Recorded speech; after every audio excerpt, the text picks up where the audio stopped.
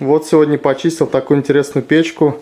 Интересно она тем, что вроде бы выполнено все хорошо. Внутри все футировано шамотным кирпичом. Вот трещины у нас такие идут по периметру.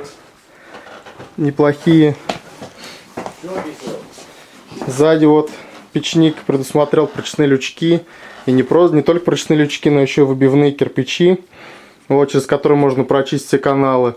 Но вот единственная проблема тут в том, что многовато каналов для такой печи. И печка пока холодная, она очень сильно дымит наружу.